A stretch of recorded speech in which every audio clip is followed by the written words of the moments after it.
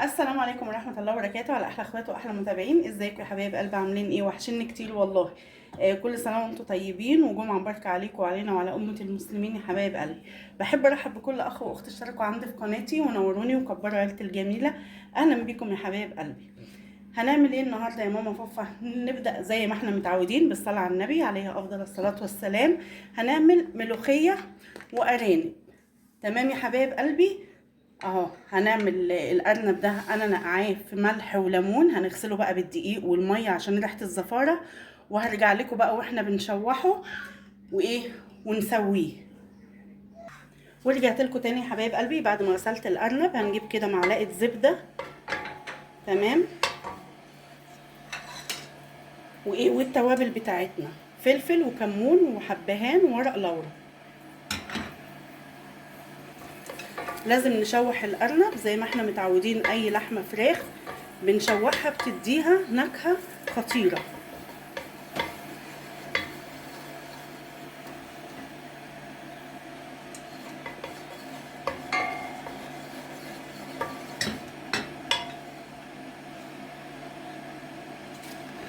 احنا غاسلينه كده ومصفيينه، ما شاء الله اللهم بارك، بسم الله.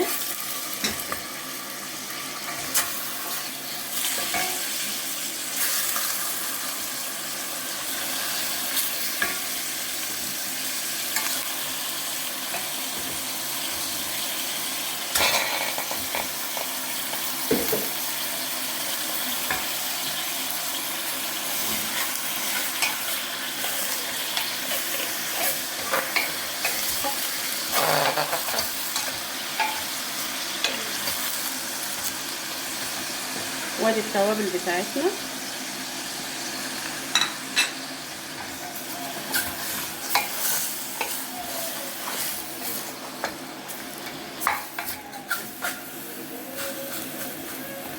نسيبه بقى يتشوح كده مع نفسه ونقلبه، واما اجي ازيده برده هرجع لكم. ورجعت لكم تاني يا حبايب قلبي. ادي هنحط البصل والجزرايه كده والطماطميه دي، انا حطاها ليه؟ علشان لما اجي اعمل الملوخيه الناشفه وانتوا معايا في الفيديو هتشوفوني بعملها ازاي. تمام يا حبايبي اهو. بسم الله الرحمن الرحيم. الملح بقى مش هنحطه دلوقتي خالص الا في الاخر، علشان ايه؟ التسويه بتاعتها ما تاخدش سوا، تستوي بقى يا حبايب قلبي. واما تستوي واجي اعمل ملوخيه هرجع لكم.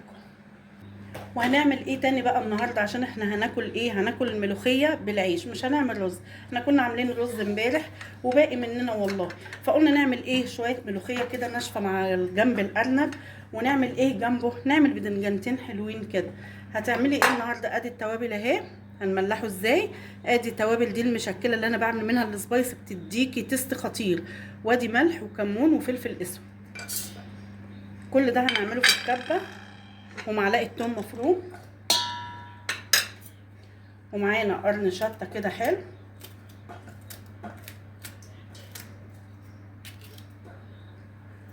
وادي كمان عصره الليمون.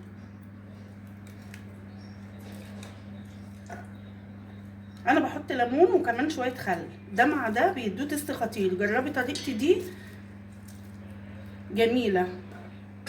كل واحد له طريقه، يعني انتوا مثلا لو عندكم طريقه تانية قولوا لي عليها. اي حد عنده طريقه تانية لتخليل البدنجان، لاي حاجه، للملوخيه الناشفه، اللي عندكم كله قولوه عادي.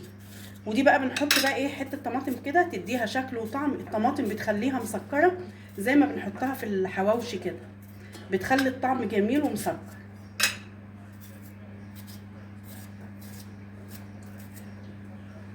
ونحط ايه؟ شويه خضره وشويه خل.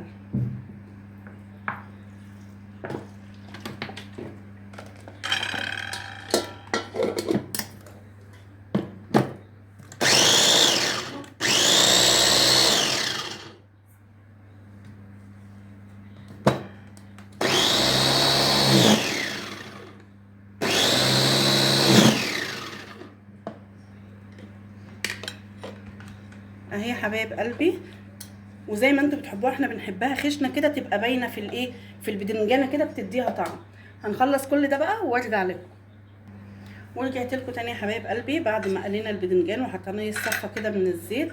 هنعمل ايه؟ هتفتحي البدنجانه كده اهو يا حبايبي. انا هوريكي بس الطريقه، احنا كلنا ايه ستات بيوت شاطره وكلنا بنتعلم من بعض. اهو يا حبايب قلبي بتسقيها كده اهي من الخلطه كلها اهي. واهم حاجه لازم تفتحيها التفتيحه دي عشان لما تيجي تاكل البدنجانه ما تحشيهاش من بره بس، لا لازم تفتحيها كده عشان يبقى طعمها وانت بتاكليها طعمها حلو. اهو يا حبايب قلبي.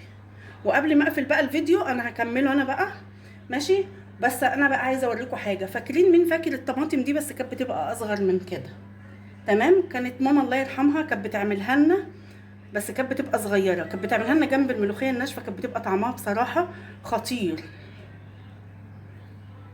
بنعصر الطماطم كده منها علشان ايه؟ تاخد مننا تتبيله. اهو يا حبايب قلبي جربوها، جربوا اعملوا واحدتين كده. انا عشان ما كانش عندي طماطم صغيره اهو، فانا عملتها ايه بطماطميه كبيره. فجربوا الطريقه بتاعتي دي وقولوا لي ايه رايكم في التعليقات. ورجعت لكم تاني يا حبايب قلبي. ادي حطينا معلقه زبده كده وهنحط ايه نص معلقه توم صغيره، مش هتكتري عشان انا لسه هعمل توم تاني في الطشه بتاعتها. اهو يا حبايب قلبي. وديت الطماطمايه اللي انا كنت حطاها في الشوربه اللي قلت لكم عليها. شايفين القشره طلعت ازاي؟ ههرسها بقى كده عشان احطها هنا، هتديكوا طعم جميل.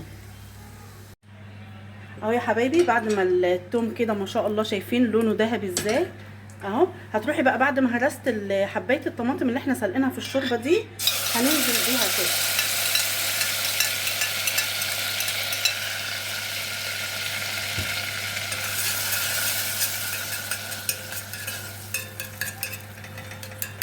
نسيبها كده تاخد تسبيكه شويه اهو يا حبايبي. كده كده التوابل بتاعتي كلها في الشوربه، فانا مش هحتاج توابل تاني. ورجعت لكم تاني. شايفين بقى الشوربه بتغلي بتاعتنا ازاي اهو. هتروحي بقى جايبه بالمعلقه بتاعتك كده او بالطبق اهو. انت بقى ايه انا عشان انا بعملها على طول فايه دي معيار اهو يا حبايبي. اهو شايفين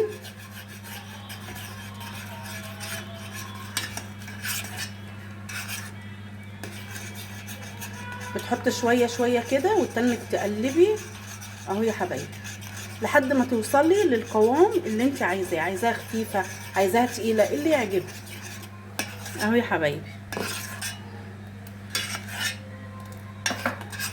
انا مش محتاجه اللي هو المضرب ده عشان ان انا اعملها المضرب اليدوي. في ناس بتعملها بيه كده عشان ايه؟ بتكلكع معاهم. فانا ايه علشان ايدي واخده عليها ان انا بعملها كده، فانا بقلب بسرعه. وتكون اهم حاجه الشوربه بتاعتك ايه؟ سخنه اهو يا حبايبي. شايفين بقت عامله ازاي؟ ريحتها خطيره. بتاع التقليه اللي انا عملتها لها فص الثوم مع الطماطمايه هيديكي ليها طعم وريحه وتخليها طعمها مسكر. جربيها. شايفين عامله ازاي؟ عايزاها اتقل من كده براحتكم.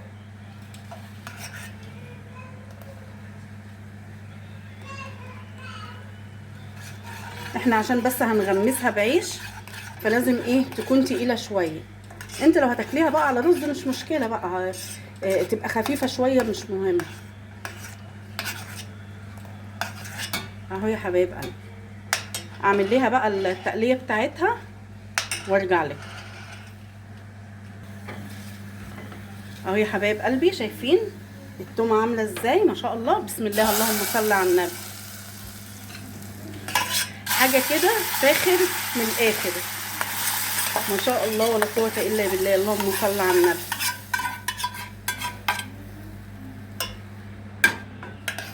اهو يا حبايب قلبي هنشيلها بقى ونحمر القرنه وارجع لكم. وهو يا حبايب قلبي بتحطي معلقه سمنه على شويه زيت على شويه ملح. الملح ما بيخليهاش تلزق في ايه؟ في الطاسه اللي انت بتحمري بيها. هي كده كده اصلا الطاسه دي ما بتلزقش، انا بقول لكم كمعلومه بس.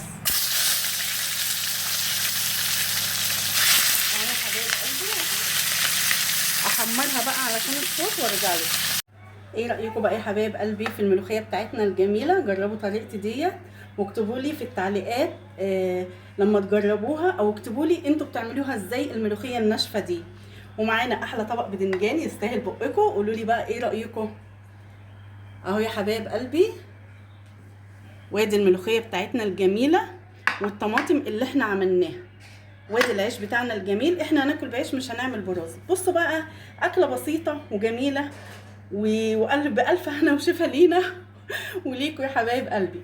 يلا يا حبايب قلبي، اللايك الجميل والاشتراك في قناتي عشان التعليقات بتاعتكم الجميله دي والمشاهده بتاعتكم بتفرحني والله وبتشجعني ان انا اعمل فيديوهات، لان انا بقالي فتره بسبب المشاهدات وبسبب ان انا برضو يعني كان في ظروف كده نفسيا مش مهيئه ان انا اعمل فيديو. فانا بقى ايه، كنت عند حبايبي فقالوا لي عايزين ناكل ملوخيه بالارانب، فقلت بقى ايه نشجع كده نعمل اكله حلوه وانا معاهم في وسطهم كده. يلا يا حبايب قلبي، زي ما قلت لكم اللايك الجميل والتعليق الحلو بتاعكم كده والاشتراك في قناتي عشان يوصلكم مني كل جديد، وانتظروني في فيديو جديد ان شاء الله. والسلام عليكم ورحمه الله وبركاته.